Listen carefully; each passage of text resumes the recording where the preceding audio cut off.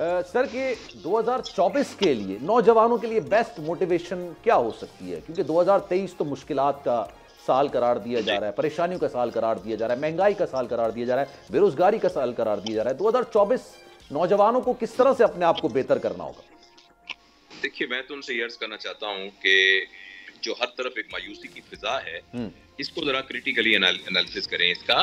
इसमें से बहुत सारी बातें दुरुस्त नहीं है।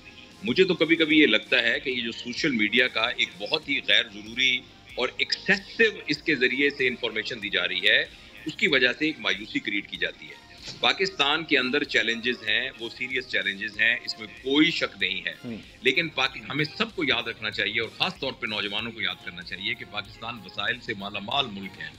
हमारे पास कुछ मेगावाट बिजली का बिजली कम है ना, तो हमारे सिर्फ सिंध और जनूबी पंजाब का जो सूरज है वो पता नहीं कितने गीगावाट बिजली पैदा कर सकता है। हमारे यहाँ दुनिया का सबसे बेहतरीन प्रेशियस मेटल यहाँ मौजूद है। हमारे पास टेक्सटाइल इंडस्ट्री मौजूद है, हमारे पास ये खेलों का सामान और ज़राअत के सामान मौजूद है, और सबसे बड़ा हमारे पास जो ह्यूमन रिसोर्स है। आप मुझे ये बताइए कि अमेरिका, ऑस्ट्रेलिया और ये यूरोप के सारे मुल्क हर साल पूरी दुनिया से नौजवानों को अपने मुल्क में झाड़ू देने से लेकर और आईटी के एक्सपर्ट्स तक सारे क्यों बुलाते हैं? इसलिए कि उनके पास ह्यूमन रिसोर्स नहीं है। लेकिन इसमें बहुत बड़ी जिम्मेदारी बनती है हमारे उन लोगों का जिनके इख्तियार में हुकूमत है। वो हमारे लोग जो इस हुकूमत को चलाने वाले हैं, उनके जिम्मे है कि नौजवानों को चैनलाइज करें, इनको ह्यूमन रिसोर्स को यूज करें। पाकिस्तान के अंदर ह्यूमन जितने यूथ है ना, इस पोटेंशियल को कैपिटलाइज करके पाकिस्तान को बहुत जल्दी अपने पैरों पे खड़ा किया जा सकता है। तो मैं अगर एक पैगाम मुझे कहते हैं तो वो ये है कि खुदा के लिए इस मायूसी की फजा से निकलें। ये मायूसी की फजा जेन्युइन नहीं है, चैलेंजेस मौजूद हैं। सर नेगेटिविटी पैदा होती है ना, खुद होती है। अगर आप अपने इर्द गिर्द देखेंगे आपको नेगेटिव माहौल बिल्कुल क्रिएट होता हुआ नजर आएगा। बहुत सारी चीजें ऐसी हैं जिसमें चहमागोइयां होती हैं, कुछ फेक न्यूज वाला मामला काफी ज्यादा होता है, महंगाई है, बेरोजगारी है, दीगर मामलात हैं। सर इसमें फिर बहुत ही कोई पॉजिटिव बंदा ही पॉजिटिव रह सकता है, वरना तो हर मामला नेगेटिविटी पे जाता है। देखिए, मैं थोड़ी सी ना जरा एक्सट्रीमिस्ट बात करने लगा हूं।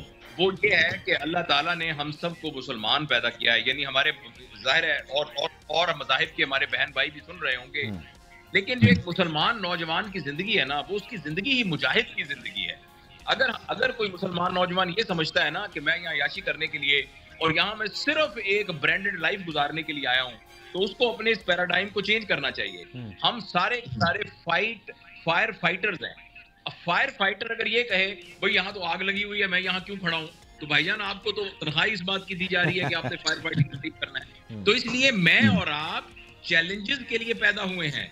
अगर मुल्क के अंदर चैलेंजेस हैं तो इन चैलेंजेस को मैंने और आपने ही क्रिएट किया है और मैंने और आपने ठीक करना है। तो इसलिए मेरे ज़हन में तो इस बात पर कोई शक नहीं है कि हमारे कुछ डॉट्स हैं जो कनेक्ट होने वाले हैं। अगर वो डॉट्स कनेक्ट हो जाएं तो हमारे यहाँ बेइंतहा पोटेंशियल मौजूद है। और हमेशा आपको इम्कानात नेगेटिविटी में से ही निकलते हैं।